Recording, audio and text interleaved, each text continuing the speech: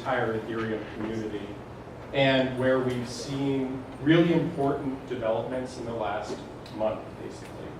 That it's very easy to lose in this community because everything moves so quickly. But it's worth talking about them because they're very, very important, both as from the perspective of an investor, and also from the perspective of somebody who might want to offer some sort of token for sale now or in the future.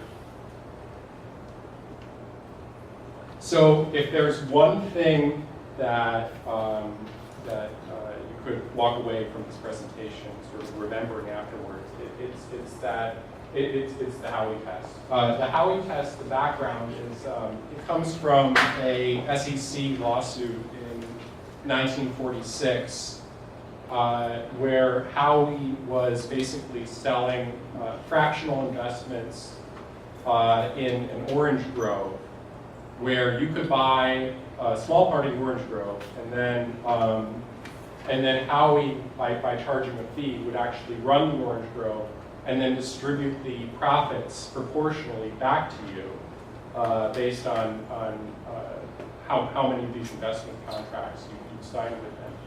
And basically what ended up happening is the SEC sued Howey, claiming that what he was doing was offering a security for sale, much like a stock certificate that would trade on a public stock exchange. And the important part of this case for us is the Howey test that came out of that lawsuit. So under the Howey test, something is a security if it's an investment of money with an expectation of profits, where the investment is in a common enterprise, and where the profits are derived from the efforts of that promoter or third party. So it's not your actions that are causing the value of your investment to appreciate, it's this company's, or whatever it is that you're investing in.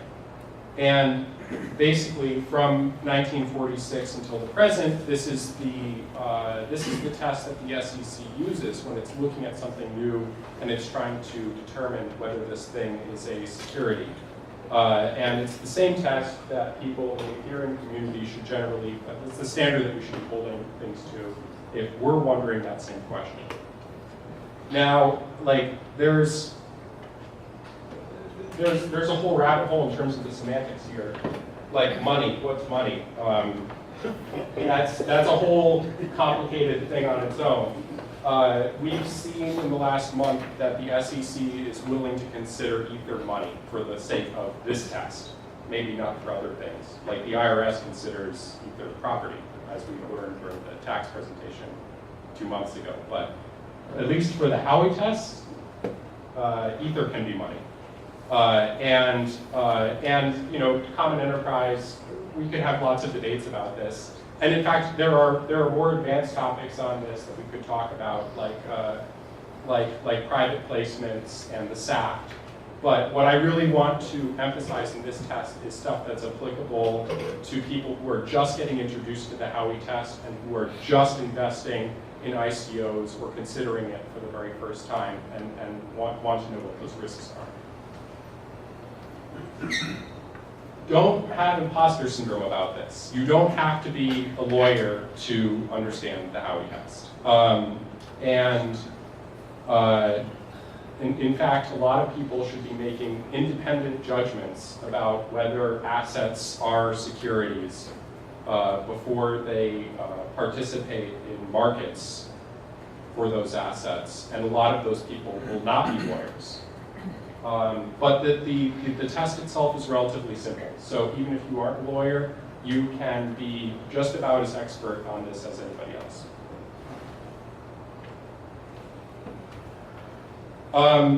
For the people who are just getting introduced to this topic, there are a number of reasons for people to argue this, but there's a general consensus that Bitcoin is probably not a security and Ether is probably not a security.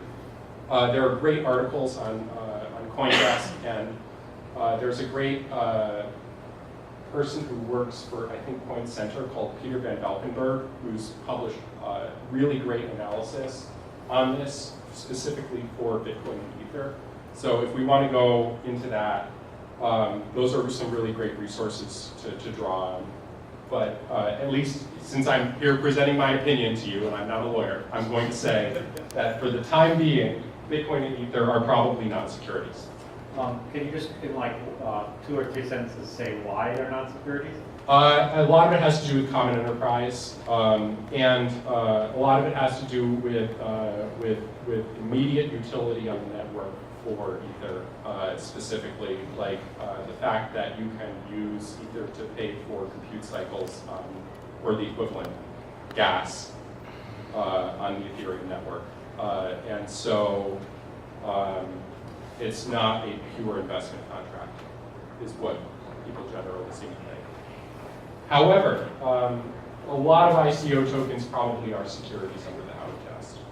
This is because they really, a lot of tokens, or at least the way that tokens have been offered in 2017, mirror the structure of public equities markets. You're investing in a company. And in a lot of cases, you're investing in a company with an expectation of a profit, where the profits are derived from the efforts of that company. It's textbook Howey. However, those decisions are case by case. And at the end, I'm going to go through 3 examples, and 2 of those 3 are probably not illegal. So, so there's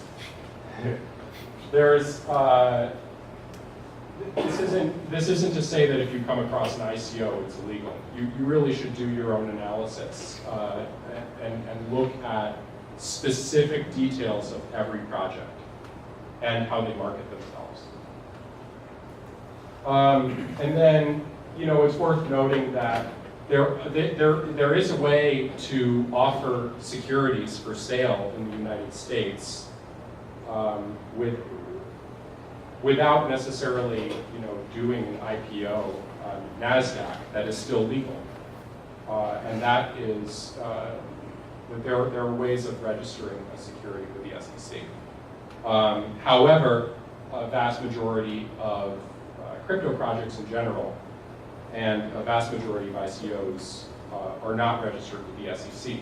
So the enforcement action that the SEC would take would typically be because these companies are not registered. There could be other misconduct that they're doing, but what the SEC is going to say is you're not registered. There's a really cool Google Doc that I think Coinbase put together last year, which is a point-based system that you can use if you're looking at something new. And let's see, there we go. And basically, there are different questions about something that you're looking at, and then you get a different amount of points based on the answer of those questions. And it can kind of give you a general sense of what your level of risk is as to whether those 4 parts of the Howey test are met.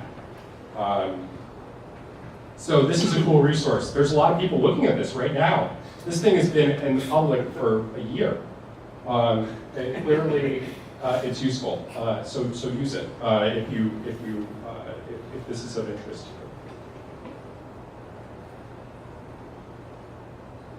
you. Oh yeah, so I did my own calculation for First Blood, and those were the results that I came up with. But your conclusions might be different. But this is an example of how you could apply it to a project. All right, let's see.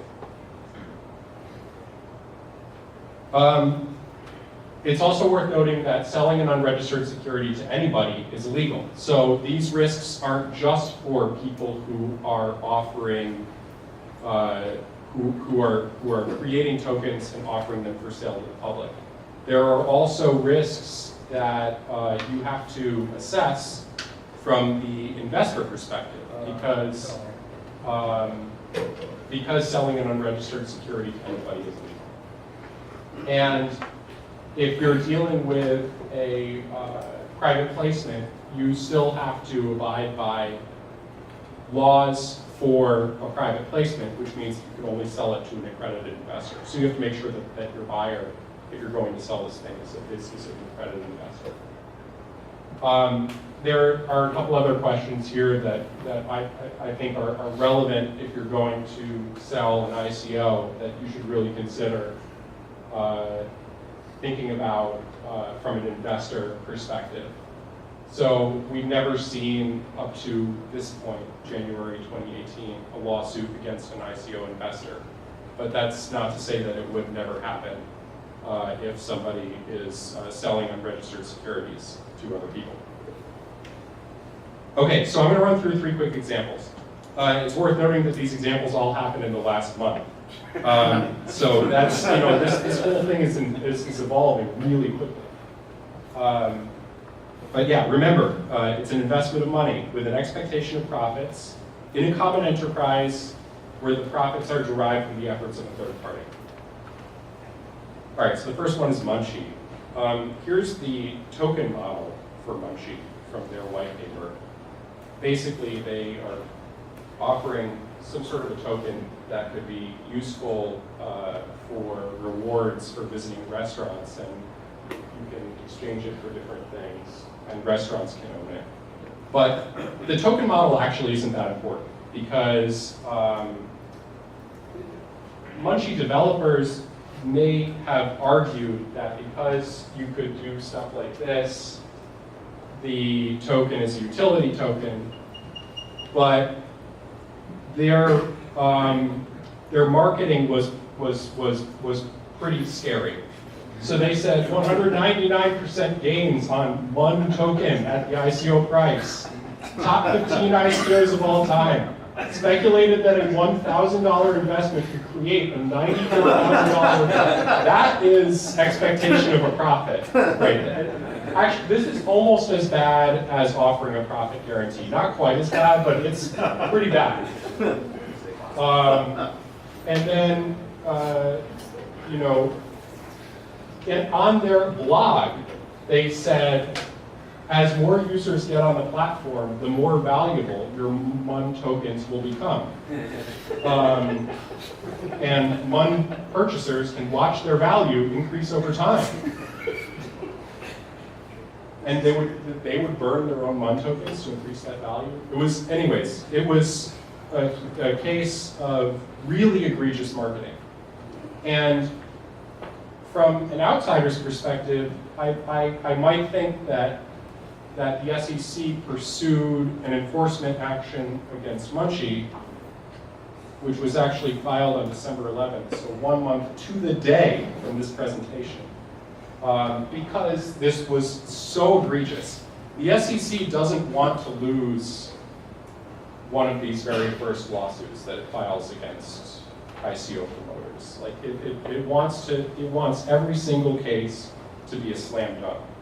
And so why not wait until somebody markets themselves like this and then pursue that one?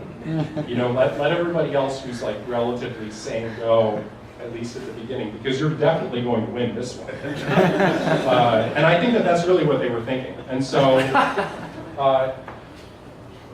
the lesson that you learn from this probably is marketing has a really big impact on these campaigns. And like, if you are a technical co-founder, your personal interpretation of the way that your smart contract is structured and the possible technical uses or state changes or implementation details of your platform that would prove that this is a utility token may not matter if your marketing team makes claims that put a huge target on your company from the SEC's perspective. So that stuff is really important. And this is an equally important lesson for people in the audience who are marketing and communications professionals. Now, not only would your mandate, if you were working with one of these companies, be to tell that company's story but it's also really important that you don't put the company in legal hot water, which is different than a lot of other situations that you might find yourself in. Just a warning, in 5 minutes, we have a hard stop to leave the room. So Okay. we have 5 solid minutes. Okay, cool. I've only got 2 more examples left. Okay, so CryptoKitties. My personal opinion is that CryptoKitties are probably not securities. The reason why has to do in part because of CryptoKitties marketing, which didn't, in my opinion, hasn't offered an expectation for profit. Although, please feel free to disagree with me on that point. You don't need to rely on CryptoKitties company to take care of your investment. You are the owner of your CryptoKitty, and your actions, at least in part, determine the future value of your CryptoKitty. So, and you're signing the transactions to do anything with that smart contract. And sales are peer-to-peer. You don't have to buy or sell your CryptoKitty through CryptoKitties, which is true for some other ICOs. But anyways, I think that at least in my opinion, these are probably not a security. Oh, and Peter Van Valkenburg also wrote a fantastic article specifically on CryptoKitties and the Howey test. So that's another great resource to look at if you want more detail on this. And then the last one is from yesterday, Kodak Coin. So Kodak has decided to create a blockchain-based token. They didn't say which platform it would be on. As a 506c private placement. Now this is because they're a legitimate company. They're a household name.